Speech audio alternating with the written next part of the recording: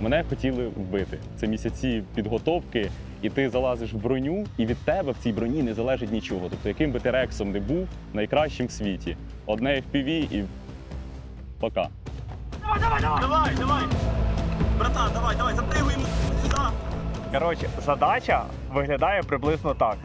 Руська рулетка, 6-зарядний барабан в револьвері і 5 патронів заряджено. І наш водій, віруюча людина, він перехрестився, я побачив цей мув і також почав дуже активно хреститись. Закрив, все, додому!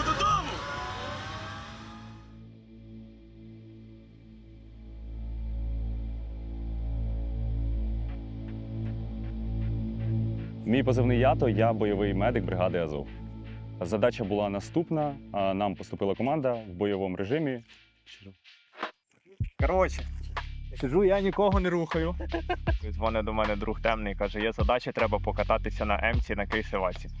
От, і я віддав одного з своїх кращих тигриків, щоб він здійснив екскурсію в Східну Щербинівку. Все, тепер далі сам. Задача була наступна. Нам було потрібно підібрати екіпаж нашої підбитої броні. З ними не було зв'язку, так як нам донесли інформацію, що був один загиблий боєць і один важко поранений. Ми не знали, який в нього стан. Тобто все, що у нас було, це інформація з дрона, де ми бачили, що в нього є важке поранення, тобто ампутація правої кінцівки. Вони не знали, що ми за ними їдемо, вони не знали, коли ми будемо, вони просто сиділи і чекали. Задача була важка, так як, просто подумати, ми зараз їдемо на нашій броні, там, де тільки що підбили нашу броню. Саме велика проблема цієї евакуації, мене як бойового медика, що ми тренувалися з моїм командиром, містер Око, тренувалися, дуже важкі тренування, тобто це місяці підготовки, і ти залазиш в броню, і від тебе в цій броні не залежить нічого. Тобто, яким би ти рексом не був, найкращим в світі. Одне FPV і пока. Дорога була дуже небезпечна, але просто ти завжди себе ставиш на місце тої людини, яка могла отримати поранення, і його близьких, і ти розумієш, що кожен би хотів, щоб його забрали. О, тут по нам я бачу перший прильот і пу-пу-пу. Хрестився дуже швидко. Коли ти сидиш в броні, ти не розумієш, що по тобі прилітає, ти просто відчуваєш, що щось прилітає, і тобі дуже страшно. Мій Мефод – це друг козак, дуже відважна людина. Після першого ж прильоту в нас відпав зв'язок, і також пошкодились камери, які він встановлював на цю броню. І за цього він нічого не бачив, і йому доводилось все-таки інколи висовувати голову з броні і дивитися на дороги, що ми доїхали туди, цілі неушкоджені. Так як не було орієнтирів у нас, водій не знав, де зупинитися, він зупинився біля дерева.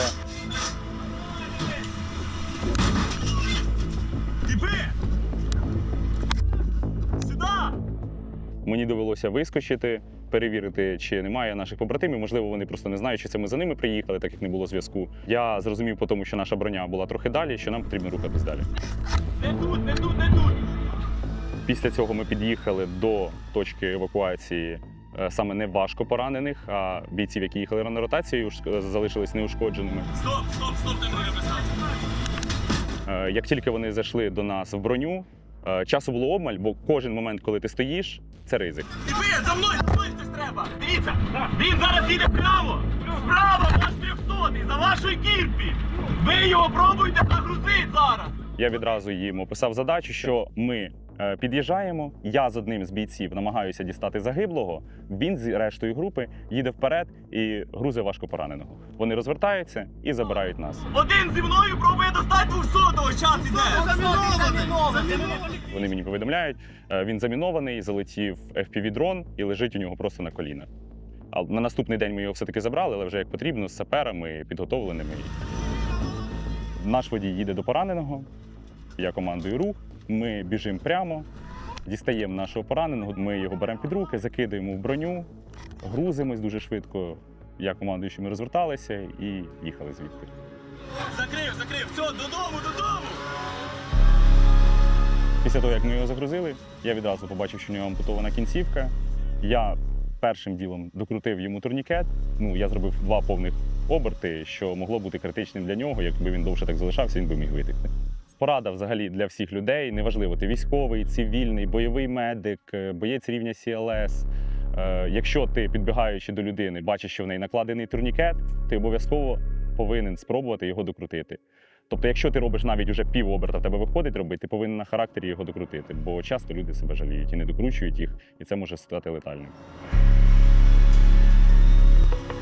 Коли ти їдеш за пораненим, ти переживаєш, ти боїшся, зараз вас підіб'ють, зараз по вам щось і все.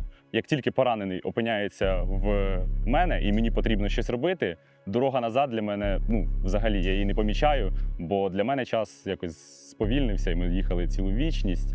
Ну, але це було добре, тому що я міг надати йому допомогу, яка була потрібна на тому етапі. Кидало нас дуже сильно. Мене мій побратим тримав за спину, щоб я більш якось міг зафіксуватися в надійному положенні і не літати по всій броні. Дуже важливо делегувати свої обов'язки, коли ти один бойовий медик, якщо у вас немає інших бойових медиків або вільних рук. Я делегував одному, щоб він перевіряв його на кровотечі, бо так як я знаходився біля голови пораненого, він знаходився в його ногах, йому це було робити об'єктивно зручніше. Також він зрізав з нього його взуття, перевірив, чи немає там крові, чи не підтікає він туди.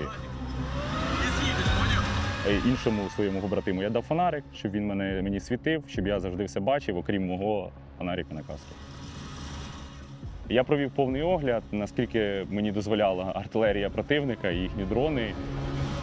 Перевірили його таз, чи немає в нього поранення десь вище. Тобто все було чисто. Далі продовжили огляд вверх. В нього ще був опік руки несерйозний. І, в принципі, на цьому все.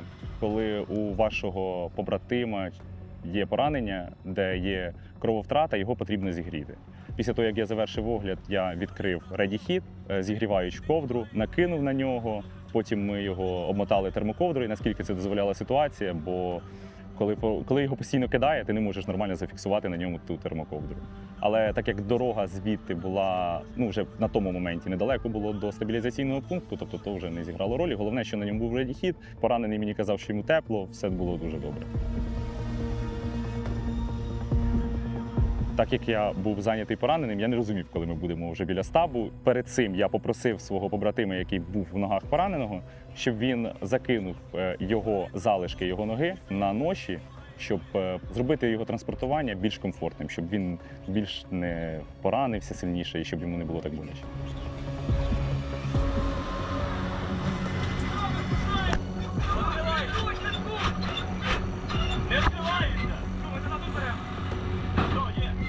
Коли вже броня зупинилася, я попросив, щоб мені допомогли його винести з цієї сторони, щоб обов'язково там хтось перехопив.